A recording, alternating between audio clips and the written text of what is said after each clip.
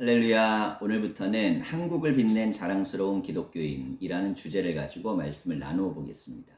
성경의 인물을 우리가 잘 알죠. 많이 배우고. 그렇지만 우리 역사 속에 있는 자랑스러운 기독교인들에 대해서는 사실 잘 모릅니다. 그래서 한국사를 빛낸 근현대사를 변화시킨 그런 기독교인들의 이야기를 찾아내서 성경의 인물들과 비교하며 말씀을 나누면 어떨까, 그런 생각을 좀 해보게 되었고요.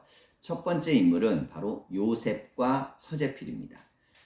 창세기 41장 46절에서 47절을 보면 요셉이 애굽 왕 바로 앞에 설 때 30세라. 그가 바로 앞을 떠나 애굽 온 땅을 순찰하니 7해 풍년에 토지 소출이 심히 많은지라 라고 기록하고 있습니다. 독립문, 독립협회, 또 독립신문으로 잘 알려져 있는 인물 서재필. 그는 개화의 선구자, 또 근대 민주국가의 주창자였습니다. 남북한이 통일국가를 이루기를 원했던 진정한 애국자였습니다. 1884년 12월 4일 갑신정변이 일어납니다. 불이야하고 소리가 날 때 이 불을 피해서 도망치는 대신들을 칼로 찔러 죽였던 사건, 급진괴합파가 일으켰던 사건입니다. 김옥균, 홍영식, 박영효, 서재필이 주요 인물입니다. 이분들은 모두 일본 유학파였습니다. 일본을 등에 업고 일본식 개혁을 원했어요. 그런데 청의 개입과 일본의 배신으로 실패로 돌아가고 마죠.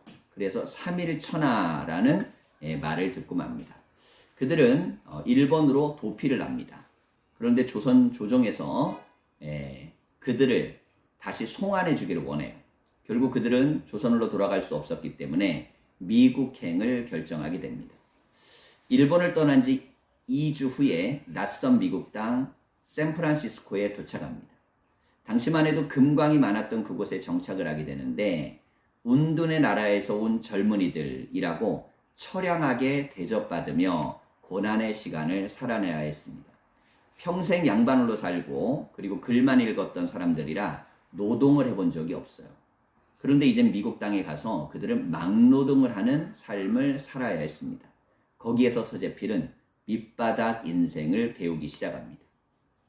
서재필은 스스로 영어 사전을, 알파벳을 공부하고 그리고 단어를 스스로 배워가면서 영어 사전을 만들면서 공부를 했습니다.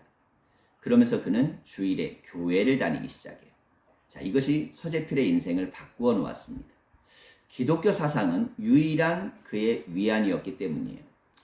자, 그가 정변을 일으키고 실패하자 그의 아내, 아이, 가족들은 죽임을 당하거나 혹은 자살을 하거나 혹은 굶어서 죽습니다. 자, 이 이야기를 들었을 때 얼마나 고통스럽고 괴로운 인생의 트라우마가 생겼겠습니까?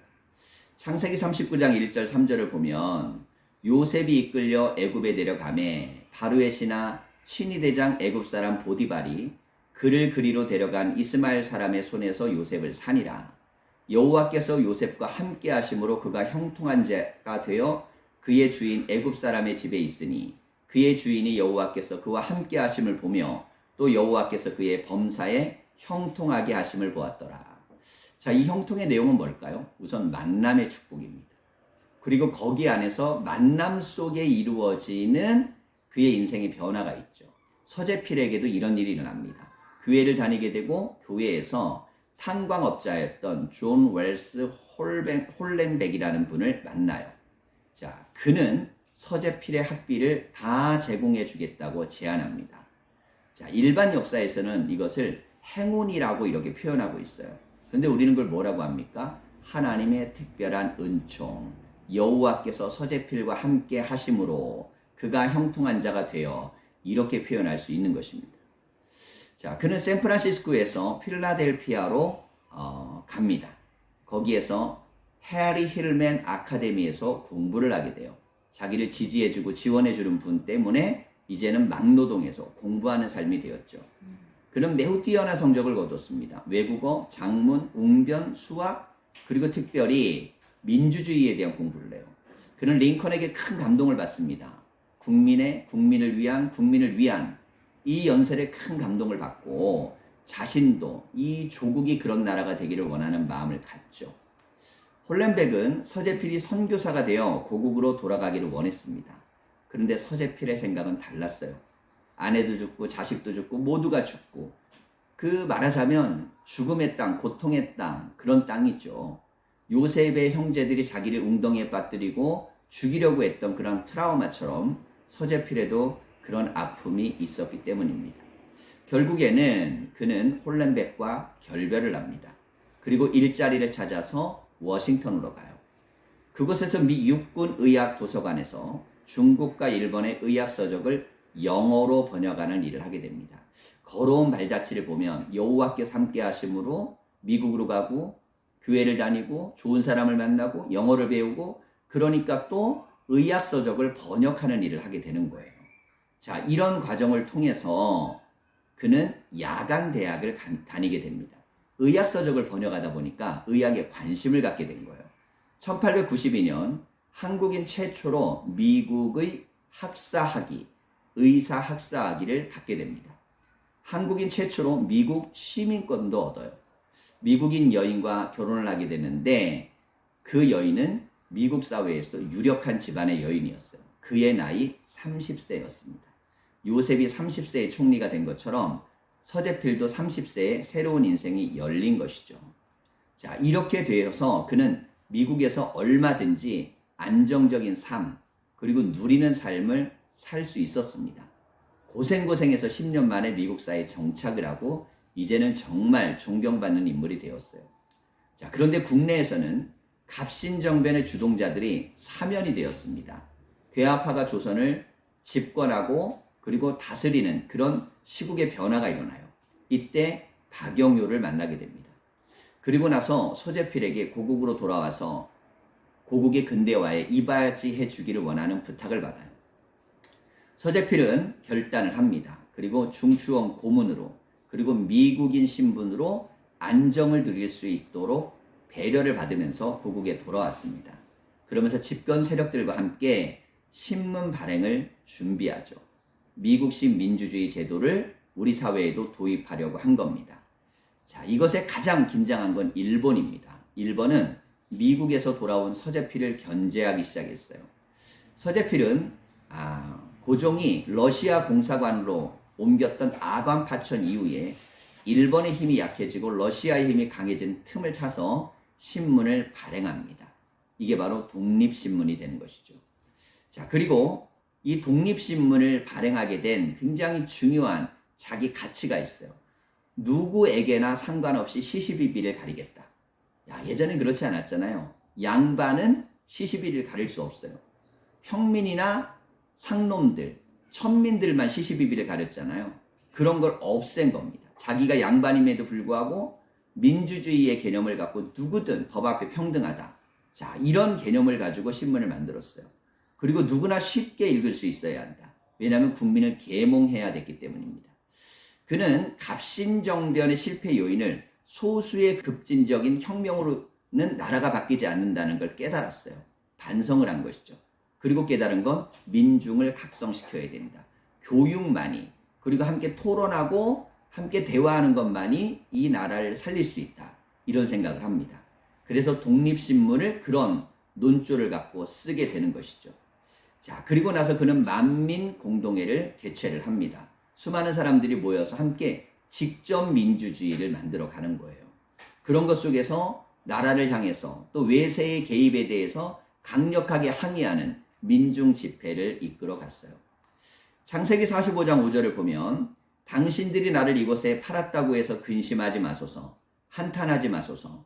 하나님이 생명을 구원하시려고 나를 당신들보다 먼저 보내셨나이다. 조국은 자기를 버렸어요. 그러나 그는 조국을 위해 돌아온 거예요. 그리고 그들에 대해서 원망하지 않았습니다. 강연도 많이 나가고요. 또 감리교에서 세운 배제학당, 협성회 회부의 글도 많이 게재합니다. 독립문을 세운 것은 유명한데 5, 6천 명이 당시에 참여했다고 합니다. 지금으로 얘기하면 수십만 명의 사람들이 참석을 한 거죠. 1898년에는 열강의 이권 침탈이 본격화됩니다. 미국과 러시아와 일본과 각양의 나라들이 우리나라 안에서 철도에 대해서, 탄광에 대해서, 또 섬의 자기들이 자유롭게 들락날락할 수 있는 권한을 얻기 위해 이 우리나라를 갖다가 이권에 대해서 개입하고 찬탈하는 일들이 벌어져요. 서재필은 신문을 통해 일본과 러시아를 견제했습니다. 그래서 러시아와 일본은 서재필이 미국으로 돌아가기를 원했어요. 미국 시민이었기 때문이죠. 보수적인 조정 대신들도 불만이 많았습니다. 만민공동에는 평민들도 들어가고 막 그러잖아요. 그들이 조정에다가 뭘 원하는 걸 받아들여야 된다는 용납을 할 수 없는 거예요. 반상의 국가였는데 어떻게 그게 가능하냐. 결국에는 보부상들로 말미암아 마련된 황국협회라는 곳에 탄압을 받아 독립협회가 해산되는 지경에까지 이르게 됩니다. 그리고 서재필은 미국으로 추방을 당하고 말았죠. 서재필이 떠난 후에 독립협회 인원들은 국내에 있던 인원들이 구속되고 탄압을 받습니다. 그리고 1년 후 독립신문은 폐간되었어요. 고국은 또 한 번 서재필을 배신한 것입니다. 1904년부터 그는 미국에서 인쇄업과 문방구 사업을 하는데 종업원이 70명이나 되는, 지금으로 말하면 한 7,000명 이상의 그런 기업으로 이렇게 성장하게 되는 거죠. 1919년에는 국내에서 3.1운동이 일어납니다. 그는 미국에서 성공적인 삶을 살았지만 늘 고국에 대한 생각이 많았어요. 미국의 한인들 대부분은 기독교인들입니다.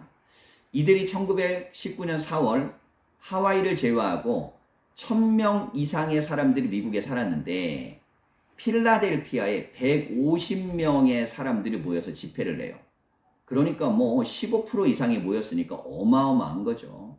이렇게 참석해서 그들이 우리나라의 독립을 외칩니다. 그리고 미국 정부에다가 압박을 집어넣었던 것이죠. 대부분의 미주 항인들이 서쪽에 살았는데 서재필은 동쪽에 살았습니다. 그런데 행사는 바로 서재필이 있는 지역에서 열렸어요. 서재필의 영향력이 그만큼 강했기 때문에 사람들이 그에게 모여들었던 겁니다. 마치 요셉 때문에 요셉의 형제들이 먹고 살 수 있고 자유를 누릴 수 있었던 것과 똑같은 그런 모습이죠. 한국 친우회라는 것을 조직하고 미국 여론을 움직이기 시작합니다. 상당한 힘을 발휘해요. 그는 62살의 나이에 의대에 다시 입학하고 연구하고 논문도 써요. 참 대단한 인물이죠. 1922년에서 1940년대까지 그는 국민의 각성을 위한 많은 글을 우리나라에 있는 신문사에 기고하고 그 신문의 내용을 통해서 많은 이들이 희망을 갖게 됩니다. 서재필을 존경했던 김규식은 국내로 그가 돌아오기를 원했어요. 그래서 가까웠던 미 군정의 하지 중장에게 서재필의 귀국을 요구합니다. 이승만을 대체할 대안으로 여기는 사람들이 많았던 것이죠. 그런데 정작 서재필은 권력이나 명예에 관심이 없었습니다. 그는 그런 걸로 세상이 바뀐다고 믿지 않았어요. 그가 믿은 것은 바로 교육입니다. 그래서 그는 권력이 없는 곳에서 비정치적인 활동으로 민족과 민중을 각성시키는 일을 했습니다. 서재필은 남북한 정부가 별도로 세워지자 너무나 많은 상처를 받아요. 그리고 미국으로 돌아가게 됩니다. 유명한 말을 남겼어요. 합하면 조선이 잘 되고 나뉘면 조선이 없어질 것이요. 결국 남북 분단과 남북 정부가 각각 세워진 이후에 한국 전쟁을 거치고 오늘날 우리는 이 한반도에서 어마어마한 세계사적인 분단 국가로 남아 있습니다. 물론 여러 가지 논쟁은 있어요. 그래도 남한 중심의 단독 정부를 세워야 하는 것이 옳다라는 그런 개념들이 분명히 존재하죠. 현실론이기 때문이에요. 근데 서재필은 죽을 때까지 이상론자였습니다. 근데 우리는 그렇잖아요. 현실만 가지고 살 수는 없어요. 현실은 늘 이상을 바라보며 살아야 됩니다. 그래서 우리도 늘 노래 부르잖아요. 우리의 소원은 통일. 현실은 통일이 안 되지만 통일을 향해 우리가 소원을 가져야 한다는 것. 그게 이상이기 때문입니다. 갑신정변의 실패로 부인과 자식이 차명을 당하고 자살을 하고 굶어 죽고 완전히 망해버린 가정에서 그는 하나님의 특별한 도우심과 만남으로 그의 인생의 대변화를 이루게 됩니다. 그리고 고국에서는 정동제일감리교회를 출석했어요. 많은 독립운동가들이 이곳에서 배출되었죠. 우리가 잘 아는 유관순도 바로 정동제일교회를 다니게 됩니다. 이곳은 독립운동의 본거지가 되었어요. 어찌 보면 민족을 사랑하고 독립운동을 하는 분들이 교회에 들어와서 기독교 사상으로 독립을 쟁취하려고 했다는 게 훨씬 더 설득력이 있는 해석입니다. 그는 최초로 참여민주주의를 이 땅에 들여온 지도자였고, 제가 보면 서재필은 보수나 진보 양쪽 세력에서 가장 많이 존경받는 지도자인 것 같아요. 우리가 말하는 흔히 우파니 좌파니 그런 이야기를 하는 사람들 어느 쪽에서도 서재필에 대한 존경심은 끊이지 않습니다. 그는 독립협회를 만들었고 만민공동회를 열었어요. 민중에게 희망을 주었고 우리 민족도 얼마든지 참된 민주주의를 할 수 있다라는 시작을 알렸던 아주 멋진 훌륭한 기독교인입니다. 그래서 우리가 성경에서 요셉에 대한 이야기를 훌륭하게 생각한다면 우리 민족의 역사 속에 있는 서재필 같은 훌륭한 인물에 대해서도 우리가 알고 있으면 훨씬 더 우리의 믿음에 대한 자긍심이 있을 거라고 생각합니다.